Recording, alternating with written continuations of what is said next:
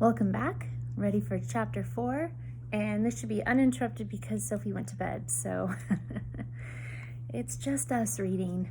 All right, chapter 4 is Mr. Swan's Gamble. Men began arriving on a daily basis from as far away as Maine, having heard word that a man could earn his fortune in oysters on Shoalwater Bay. They came by horse from the East Overland and by schooner up the coast. Many of the men who had not found gold in California were determined to strike it rich at last, or, at the very least, claim their own land. In short order, we had a retired sea captain, a mason. Remember, a mason works with brick or maybe laying cobblestone. A carpenter works with wood, and a gentleman called Red Charlie, who liked to take all the hard-earned money of the other men by selling whiskey at exorbitant prices. I longed for another woman to arrive, but it seemed that fortune hunters were not good husband material. In addition to bathing infrequently at best, the men arriving on Shoalwater Bay were of very questionable character. It was widely suspected that more than one of them was fleeing the law or some other trouble from where he came. None of them brought a wife. Mr. Russell's cramped cabin could no longer accommodate all the visitors, and there was suddenly a buzz of activity as small cabins were erected and tents pitched along the arch of the bay to house the new arrivals. I was thankful not to have strange men staying in the cabin any longer. Well, except Mr. Russell, Mr. Swan, and Brandywine the Hound. There was talk of building a proper store, and one enterprising young man even constructed a 9-pin bowling alley in an abandoned Chinook lodge, where men could be found drinking and bowling and playing card games long into the night. I kept busy cooking and cleaning around the cabin, and for extra money, I took in mending and laundry. The laundry was pure drudgery, and after a week of darning socks, sewing holes in sleeves, and cleaning pants that had been on a body for so long they deserved a proper burial, I resolved to pursue something else. Mr. Swan and I owned an oyster business together. To be clear, he owned a claim on a sizable patch of oysters on the bay, and I owned a sturdy Chinook canoe. Oysters were very popular everywhere in the States, although I found them quite disgusting. Even so, the slim gray things did bring in a silver dollar apiece in San Francisco, and while harvesting them was hard work, it didn't involve scrubbing blood stains from collars. We'd had a very successful oyster harvest in July, and I had used some of my earnings to purchase a new pair of boys' boots and blue calico fabric for new dresses, but now my funds were rather low. I'm wondering if you guys have ever eaten an oyster, and if you like oysters. I've never eaten one. I set out looking for Mr. Swan, and one late October morning, men were working hard everywhere, building cabins and mending canoes. As I followed the path that led to Chief Toke's village, and then onto the beach where I suspected I'd find Mr. Swan, men called out to me and whistled wolfishly. That would be like, "Ow!" Jehu saw me coming down the trail and put down the axe he was using to chop wood. "I'm looking for Mr. Swan," I said. He wiped his forehead. His thick black hair was damp with sweat, and it clung to the nape of his neck. "I think he's down on the beach, scribbling in his diary." "What are you doing?" I asked. "Father Joseph wanted me to build him some more benches. Seems he's hoping to get a bigger parish with all the new arrivals," he said with a knowing wink. I laughed. Father Joseph had a very difficult time getting the men to come to church. I suspected that if he offered whiskey instead of communion wine, he'd have a full house every week. He hefted a piece of wood onto the small pile. His arms were muscled from years of working on ships. I stood there for a moment, just watching. I had, of course, seen Jehu around the settlement, but he most often stayed at Chief Toke's lodge. It seemed that he and Caruso were becoming fast friends. Even so, he was a sailor, and I wondered why he was still here on the bay. I don't know about you, but I was surprised that Jehu and Jane didn't kind of turn into a couple or something. It's kind of weird. "Jehu, what are you doing here anyway? Hasn't the Hetty left? Shouldn't you be sailing back to San Francisco or some exotic, faraway place?" Jehu regarded me appraisingly. "I thought I'd stick around here for a bit, maybe even put in a claim on a piece of land." "Humph!" I was unimpressed. The last man who had tried to tell me about the merits of homesteading had been a scoundrel and a swine. William Balt had wanted to marry me in order to gain more land, for a single man in the territory could only claim half the amount of land that a married one could. This was the reason he hadn't bothered to wait for me to arrive, but had married another woman. He hadn't wanted to lose all that land. "What about you?" Jehu asked, studying me carefully. "I want to start oystering again," I said finally. Like many men, my former betrothed had been very much against a wife's working outside the home, but Jehu just nodded and squinted into the sun, saying nothing. I swallowed hard and started walking. "Jane," he called, "let me know if you need help." I turned back and smiled at him gratefully. "I will," I promised. The gray clouds parted and the sun peeked out, sending shafts of light dancing across the blue expanse of the bay, and I felt my heart lighten. When it wasn't raining, Shoalwater Bay was like a charming young man courting a lady, all smiling and full of good humor. Just as Jehu said, Mr. Swan was perched upon a fallen log on the beach, sketching in his diary.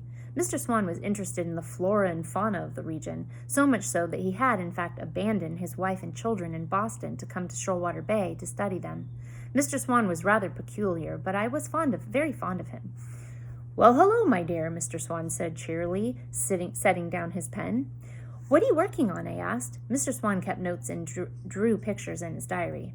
He had great plans to publish it one day, and I took pains to display interest in it, as he was so proud.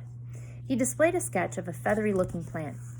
"Toke told me this plant is quite therapeutic for all manner of skin ailments." His enthusiasm reminded me of Papa, who could talk for hours about an interesting case. "Apparently, one is supposed to put the leaf directly on the skin." "That's very interesting," I replied. "And this is a salal plant," he explained, turning the page.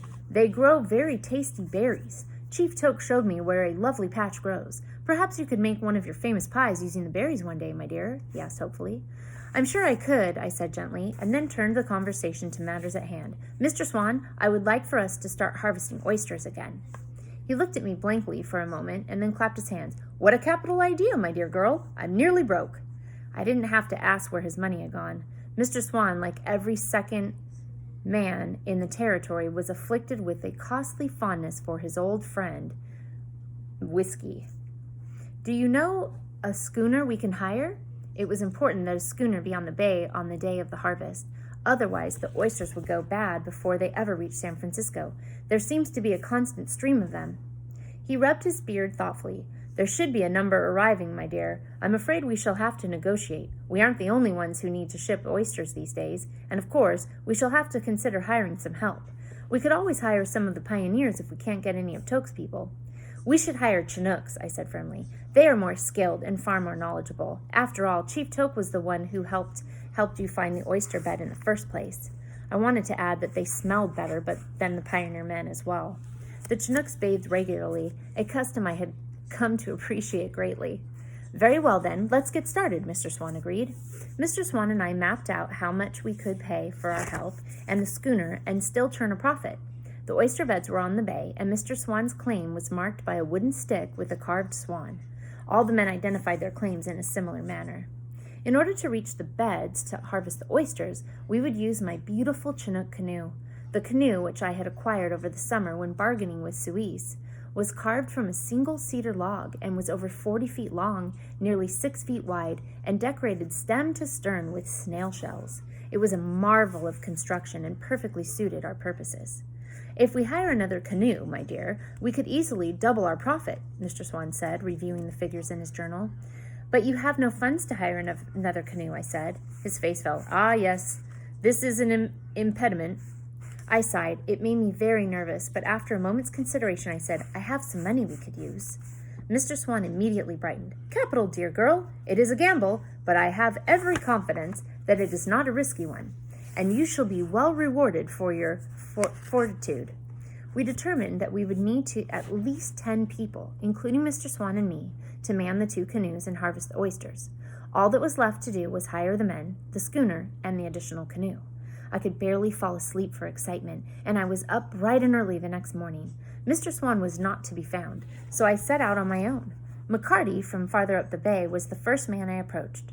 Honest and likable, McCarty was from Tennessee and very plain-spoken. He had bought and shipped our oysters during the summer and had a very good relationship with Chief Toke, as he was Toke's son-in-law. "Sorry, Miss Peck," McCarty said, puffing on his pipe. "My schooners are booked up for the next 3 months." "But we can't wait that long. It will be winter then." I had heard the stories of how whole beds of oysters had been lost to a heavy frost the previous winter. He tilted his head in agreement and looked up, considering. You should speak to Red Charlie. He's got a boat here already. I grimaced. In addition to the deplorable fact that he provided whiskey to the men of the bay, Red Charlie also had the uncommon ability to live in the same shirt for 3 weeks at a time before bringing it to me to launder. He was a filthy man. You know, I'd help you out if I could, Jane, McCarty said with a shrug. I squared my shoulders and went in search of Red Charlie. What kind of name is Red Charlie? Interesting. He lived in a flimsy cabin not far from Chief Toke's village. I worried that he would trade whiskey with the Chinooks, but Father Joseph assured me that he was keeping a hawk eye on the greedy man. I found the disreputable fellow in his dank little cabin drinking whiskey. Red Charlie grinned toothily when he saw me, his cheeks ruddy and bright as 2 tomatoes. Come for the laundry, gal? He licked his lips in an unsavory way. I bit my tongue and forced myself to smile at him. Actually, I'm here to discuss hiring your schooner. Charlie snorted. You? It was disconcerting to be negotiating with the same man whose shirts I washed. Yes, I said firmly. He grunted, settled back in his chair, and took a long drink of whiskey. Don't do business with women folk. Actually, I said, Mr. Swan is my partner, and he would be here himself, except that he was called away on a very important errand. Red Charlie looked like he didn't believe me. Swan, eh? Truly, I said. Well, I was waiting on some lumber, but how much are you willing to pay? My friend Suisse had been an excellent trader and had taught me how to bargain, a useful skill on the frontier. I named a sum that I knew would be far too low. The red-bearded, filthy man chortled. I can get me 10 times that if I wait for my lumber. And then he countered with an offer much too high. By the time your lumber is cut and ready to load, your schooner could be gone and back with more whiskey, I added, and named a price a little higher than my initial offer. His eyes narrowed in greed, as if calculating his future riches. That may be so, but that's still too low. Gotta pay my crew, after all. I countered and named a price a little higher, and then he countered. This game went on for some time until we met in the middle, which had been my intention all along. I was quite pleased with myself, as I had come in below the budget I had discussed with Mr. Swan, but I was careful to mask my true feelings. You got a deal, gal, Red Charlie said, his grin revealing tobacco-stained teeth. He spat in his hand and held it out. Oh, like, let's shake on it. I looked in horror at his hand. Come on, gal, Red Charlie said, thrusting his hand out farther. I gingerly placed my hand in his, and he pumped it hard. It's a deal, I said, gritting my own teeth, and then I turned and strode quickly from the cabin and down to the stream, where I threw my hand in the rushing water. I enlisted Cruxo's help as interpreter. My knowledge of the Chinook jargon, the local trading language on the bay, was limited. The jargon was mostly Chinook, with some French and English mixed in. Even though some of the Chinooks spoke English, most of them spoke the jargon, and it was the only common language among the tribes and settlers in the territory. Cruxo was happy to help, and in the end I negotiated for an additional canoe and for the services of 8 men. Cruxo instructed them to be standing by in 2 days' time. We were ready. I related the good news to Mr. Swan after supper. He had been occupied for the day settling a dispute before guns were drawn. There was no law on the bay, and as Mr. Swan had some experience in legal matters back in Boston, he was most often called upon in situations like this. I'm afraid we had to kick Harry Bill off of the bay. Oh my gosh, this guy's name is Harry Bill. That's funny. Mr. Swan said with a heavy sigh. He was caught red-handed with the stolen goods. Been stealing from nearly everyone, judging from what we found in his tent. That's terrible, I said, and served him a slice of leftover pie. Capital, dear girl. He took a bite of pie, closing his eyes in delight. You make the best pie in the territory, my dear. I smiled. It was almost like being back on Walnut Street with Papa, the 2 of us eating Mrs. Parker's cherry pie and discussing the day's events. Jane, Mr. Swan said. Yes?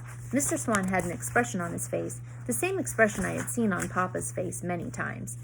An expression of pride. You did a very fine job negotiating, he said, his eyes meeting mine. My eyes stung as I felt a bittersweet rush of emotions, pleasure at being praised by Mr. Swan, and sadness because it reminded me so much of my dear Papa, who would never know how much his daughter had blossomed on the frontier. Thank you, I whispered. He nodded, and then belched. Burped. 2 days later, the morning of the harvest dawned bright as a pearl. Unfortunately, one of our employees was not feeling the same way. The young man was groaning most disconsolately, clutching his stomach. I believe the poor boy had some bad clams, Mr. Swan said. I had seen enough sick men in my time with Papa to know that this young man was not going to be helping us with the harvest. We need another man, I said. Get Jehu, Karukso suggested. I found Jehu scrubbing his shirt in the stream by the Chinook village. It was in very poor condition, with a terrible tear on the sleeve. He was the only one of the men who didn't ask me to wash and mend his clothes. Can I take you up on your offer to help bring in the oysters for Mr. Swan and me? I asked. He looked up. Sure. Aren't you even going to ask what I'm paying? What are you paying? I told him. Fine, he said. Let's go. We went down the bay and set out in our canoes for the oysters' beds. A cool wind swept across the water, carrying with it a faintly fishy smell. I sat in Jehu's canoe and watched as he helped paddle us out to the beds. It was low tide, so the oysters were easy to gather. The men simply stepped in the water and gathered them by hands into baskets, and then emptied the baskets in the canoe. As the day went on and the tide came in, we used long tongs to tug the oysters free. Jehu and I worked companionably, side by side. I held the basket while he fished out the oysters. What are you going to do with your oyster money? He asked, dropping an oyster into the basket. Buy new bedding for the cabin. Now that the men are gone, I'm going to burn every blanket in sight and finally rid the place of fleas. Better not let Brandywine in the cabin, he said, chuckling. Or Mr. Russell, I muttered under my breath. Look at this, Jehu said, opening an oyster that was already partially exposed. He dug out something small with his knife and wiped it on his shirt. It was a small, if rather lopsided, pearl. But it was a lovely color, creamy as the ivory silk of a wedding dress. Here, he said, placing the small treasure in my hand and closing my fingers over it. Oh, I said, reddening. It was all I could think to say. Time passed quickly, and the canoe soon groaned from the weight of the harvest. A great cheer went up at the end of the day when the last oysters were loaded onto the waiting schooner. Red Charlie counted out the gold into my hand, minus his fee, and when he insisted on shaking my hand, I did so before he could spit. Capital, Mr. Swan said, and he and I and Jehu stood on the beach watching the schooner disappear with the setting sun. We were all alone, the men having gone back to their lodges. All at once a wave of exhaustion washed over me. You go home and have supper, Mr. Swan said solicitously. I'll pay the men. I agreed gratefully and pressed the gold into his hands. Come on, Jane, Jehu said. I'll walk you back. As we walked through the darkening woods to the cabin, I stumbled on a jutting root. A strong arm caught me by the elbow, and there was Jehu looking down at me. You're not going to puke on my boots, are you? He asked with a wink. I gave a little laugh, remembering how on the voyage from Philadelphia I had been terribly seasick all over his boots. No, I promised him, not this time at least. We continued on in silence, his hand on my elbow guiding me carefully. It was so comfortable simply to be with him and not have to speak. When we reached the cabin, we lingered on the porch, stretching the moment out. Finally, I said, well, I should certainly be able to afford some new bedding. His eyes crinkled. Bedding? You could buy a whole new bedroom with that money. I sighed. That would be something. I would love a bedroom of my own. No, I corrected myself. I would love a house of my own. Some place where I wouldn't have to worry about strange men tramping through. What? You don't like Mr. Swan snoring in your ear every night? He teased. Yahoo!